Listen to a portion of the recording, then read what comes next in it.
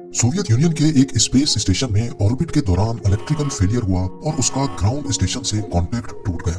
खुशकिस्मती थी कि सैल्यूट 7 नामी इस स्पेस स्टेशन में जब ये हादसा हुआ तो उस वक्त उसमें कोई क्रू मौजूद नहीं था, लेकिन पावर फेलियर के साथ ही ये काबू से बाहर हो गया और अपने ऑर्बिट से भी निकल गया। ये मसला सोवियत यूनियन की स्पेस हिस्ट्री में खड़ा होने वाला सबसे गंभीर मसला था। 27,000 किलोमीटर फी घंटा की स्पीड से उड़ता हुआ एक अनकंट्रोल्ड स्पेस स्टेशन किसी टाइम बॉम्ब से कम हरगिज नहीं था। इस पर वापस कंट्रोल पाने के सारे ऑप्शंस फेल हो चुके थे, लेकिन फिर कुछ ऐसा हुआ जिसने सोवियत यूनियन का सर फख्र से बुलंद कर दिया। नाज़रीन, अमेरिका और सोवियत यूनियन की कोल्ड वॉर के दौरान दोनों कंट्रीज अपनी ताकत का मुजाहिरा करने में मसरूफ थी। ताकत का ये शो ऑफ जहां करोड़ों डॉलर्स का जिया था, वहीं इसी कोल्ड वॉर के दौरान दोनों कंट्रीज की जानिब से ऐसी चीजें भी इन्वेंट की गईं जिनका फायदा आज तक हम उठा रहे हैं, जैसा कि इंटरनेट, जेट एयरक्राफ्ट्स और ग्लोबल पोजीशनिंग सैटेलाइट्स यानी जीपीएस। इसी दौरान एक दूसरे को दुनिया की नजर में नीचा दिखाने के लिए ऐसे कदम भी उठाए गए जिनका इंसान पहले सोच भी नहीं सकता था। और जब ये बात होती है तो स्पेस रेस का नाम पहले नंबर पे आता है। दोनों कंट्रीज एक दूसरे से इतनी ज्यादा पोजेस हो चुकी थी कि इनका मकसद ज्यादा से ज्यादा स्पेस मिशंस लॉन्च करना था। इसी रेस के दौरान 1970s में दोनों कंट्रीज की जानिब से कई स्पेस स्टेशंस लॉन्च किए गए, जिनका मकसद स्पेस में मुख्तलिफ चीजों पर रिसर्च करना था। सोवियत्स के स्पेस स्टेशंस को सैल्यूट का नाम दिया गया, जबकि यूएसए ने अपने स्पेस स्टेशन प्रोग्राम को स्काई लैब का नाम दिया। ये स्पेस स्टेशंस छोटे होते थे और इनको एक ही वक्त में लॉन्च कर दिया जाता था। स्पेस में लिमिटेड टाइम तक रिसर्च करने के बाद इनको वापस अर्थ लाया जाता था। अब कंपटीशन ये था कि कौन ज्यादा से ज्यादा वक्त तक अपने एस्ट्रोनॉट्स को स्पेस स्टेशन में स्टे करवाएगा। दोनों के बीच टसल इतना गहरा था कि जब यूएसए ने अपने स्पेस क्रू को एस्ट्रोनॉट्स का नाम दिया तो सोवियत्स ये नाम भी इस्तेमाल नहीं करना चाहते थे, बल्कि उन्होंने अपने स्पेस क्रू को कॉस्मोनॉट्स का नाम दिया। 1980s में सोवियत यूनियन ने यूएसए को सबक सिखाने के लिए इन छोटे छोटे स्पेस स्टेशन से हटकर एक फुल फ्लेज बड़ा मीर स्पेस स्टेशन बनाने का फैसला किया। इसकी डेवलपमेंट में काफी डिले हो चुका था और उस वक्त उनका सैल्यूट 6 स्पेस स्टेशन स्पेस में अपना टाइम पूरा कर चुका था। लिहाजा जब तक वो मीर स्पेस स्टेशन लॉन्च करते, सोवियत ने सैल्यूट 7 स्पेस स्टेशन लॉन्च कर डाला, क्योंकि वो इस टाइम के दौरान स्पेस में अपनी प्रेजेंस बनाए रखना चाहते थे। सैल्यूट 7 की खास बात ये थी कि इसमें आगे और पीछे डॉकिंग पोर्ट्स रखे गए थे। इन डॉकिंग पोर्ट्स की मदद से ऑर्बिट के दौरान इनके साथ दूसरा स्पेस क्राफ्ट आकर अटैच हो सकता था, जिससे क्रू की रोटेशन और सप्लाईज की डिलीवरी एक ही वक्त में मुमकिन थी। अप्रैल 1982 में सैल्यूट 7 को प्रोटॉन रॉकेट के जरिए लॉन्च किया गया और 13 मई को इसमें क्रू को एक मिशन के लिए भेजा गया, जिसमें उन्होंने 211 दिन रहकर एक नया वर्ल्ड रिकॉर्ड बना दिया।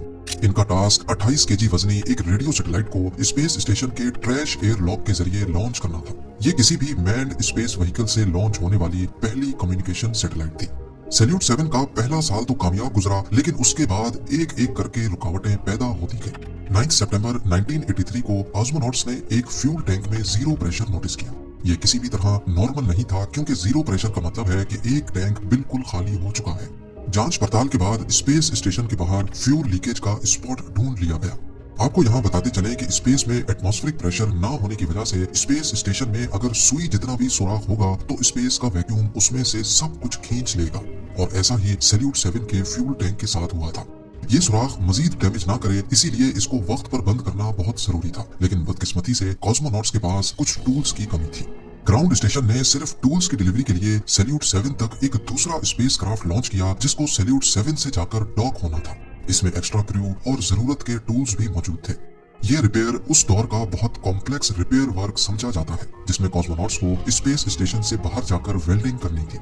स्पेशल टूल्स और कोल्ड वेल्डिंग की मदद से आखिरकार फ्यूल टैंक के सुराख को बंद कर दिया गया। सैल्यूट 7 की ये रिपेयर बहुत इंप्रेसिव तो थी, लेकिन आने वाली मुश्किल इनके सुख के सांस को मुसीबत में बदलने वाली थी।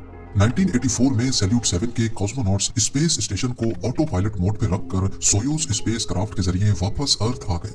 अब स्पेस स्टेशन की मॉनिटरिंग सोवियत ग्राउंड टीम की जिम्मेदारी थी, जो कि ये काम रिमोटली कर रही थी। कॉस्मोनॉट्स के लौटने के चंद महीनों के बाद 11 फरवरी 1985 वाले दिन अचानक सैल्यूट 7 का ग्राउंड स्टेशन टीम के साथ कॉन्टेक्ट टूट गया। फॉल्ट लॉग्स में देखा गया तो मालूम पड़ा कि ऑर्बिट में मौजूद सैल्यूट 7 के अंदर किसी किस्म का इलेक्ट्रिकल सर्ज हुआ है। ग्राउंड टीम ने राब्ता वापस से बहाल करने के लिए सेकेंडरी कम्युनिकेशन सिस्टम एक्टिवेट कर दिया। अब सैल्यूट 7 के साथ कॉन्टैक्ट तो बहाल हो गया, लेकिन इसके फौरन बाद एक दूसरा इलेक्ट्रिकल सर्ज हुआ और अब स्पेस स्टेशन के साथ हर किस्म का कॉन्टैक्ट टूट गया। ना सिर्फ इतना, बल्कि वो अपने ऑर्बिट से भी हट गया, जो कि सोवियत्स के लिए एक खतरनाक लम्हा था। 16 मीटर लंबा स्पेस स्टेशन बिना किसी क्रू के बिल्कुल खामोश और आउट ऑफ कंट्रोल हो चुका था। ये खबर जब यूएसए तक पहुंची तो उनके लिए इससे अच्छा मौका नहीं था। यूएसए चाहता था कि वो अपने कार्गो बे शटल की मदद से सैल्यूट 7 को कैप्चर करके वापस अर्थ तक लाए और फिर दुनिया की नजर में हीरो बन जाए। ये काम सोवियत यूनियन भी कर सकता था, लेकिन बदकिस्मती से उस वक्त उनकी बुरान शटल पे काम चल रहा था। इसीलिए सैल्यूट 7 को कैप्चर करना सोवियत्स के लिए इम्पॉसिबल था। दुनिया की नजर में सोवियत यूनियन इस मामले को लेकर काफी लाचार था, लिहाजा उन्होंने फैसला किया कि वो 2 कॉस्मोनॉट्स के क्रू को भेजकर इसे रिपेयर करेंगे। ये काम उस सूरत में तो काफी आसान होता जब स्पेस स्टेशन लाइव हो, क्योंकि इसमें लगा डॉकिंग मैकेनिज्म ऑटोमेटिक तरीके से दूसरे स्पेस क्राफ्ट के साथ जुड़ता है। सोवियत यूनियन के इरादे का मतलब था कि 27,000 किलोमीटर फी घंटा की स्पीड से ऑर्बिट करने वाले स्पेस स्टेशन को पहले मैनुअली ट्रैक किया जाएगा और फिर स्पेस स्टेशन को उसके साथ अलाइन करके मैनुअल डॉक करना होगा। और इस पूरे प्रोसेस में एक छोटी सी भी गलती भेजे गए क्रू की जान भी ले सकती है, पर इस ऑप्शन के अलावा और कोई ऑप्शन नहीं बचा था। 6 जून 1985 को सोयूज स्पेस क्राफ्ट को सैल्यूट 7 की रेस्क्यू के लिए लॉन्च किया गया। इसमें लेजर रेंज फाइंडर भी इंस्टॉल किया गया, जिससे वो सैल्यूट 7 की रेंज मालूम कर सकेंगे। कॉस्मोनॉट्स अपने साथ नाइट विजन गॉगल्स भी लेके गए, क्योंकि हो सकता है मैनुअल डॉकिंग उस वक्त करनी पड़े जब बिल्कुल अंधेरा हो। 2 दिनों तक ऑर्बिट करने के बाद कॉस्मोनॉट्स फाइनली सैल्यूट 7 के करीब पहुंच गए। सबसे पहली चीज जो उन्होंने नोटिस की वो मिस अलाइंड सोलर पैनल्स थे, जिसका मतलब था कि इलेक्ट्रिकल सिस्टम मुकम्मल तौर पे फेल हो चुका है, क्योंकि स्पेस क्राफ्ट में लगे सोलर पैनल्स इलेक्ट्रिकल एक्चुएटर्स के साथ जुड़े होते हैं, जो सोलर पैनल्स की पोजीशन हर वक्त सूरज की तरफ रखते हैं। लेजर रेंज फाइंडर की मदद से क्रू ने पहले खुद को सैल्यूट 7 के साथ अलाइन किया और फिर उसकी रोटेशन को अपने स्पेस क्राफ्ट की रोटेशन से मैच करके वो आहिस्ता आहिस्ता स्पेस स्टेशन के करीब जाते गए और फाइनली वो सोयूज को सैल्यूट 7 के साथ मैनुअल डॉक करने में कामयाब हो गए। अब वो मरहला आ चुका था जिसका सबको इंतजार था, क्योंकि किसी को भी मालूम नहीं था कि सैल्यूट 7 क्यों बंद हुआ था और इसके अंदर कौन सा खतरा छुपा हुआ है। डॉकिंग के बाद जब उन्होंने सैल्यूट 7 का हैच खोला तो फौरन उनको सख्त ठंडी हवा का झोंका महसूस हुआ, क्योंकि काफी अरसे तक सैल्यूट 7 का पावर लॉस हो रखा था। इसी वजह से अंदर का हीटिंग सिस्टम भी बंद था। अंदर बिल्कुल अंधेरा और हर चीज जमी हुई पाई गई। -150 डिग्री सेल्सियस का टेम्परेचर, जिसके लिए सैल्यूट 7 का इंटीरियर डिजाइन ही नहीं किया गया था। दोनों कॉस्मोनॉट्स ने गर्म कपड़े पहने और तीनों हैचेस खोलकर सैल्यूट 7 के अंदर चले गए।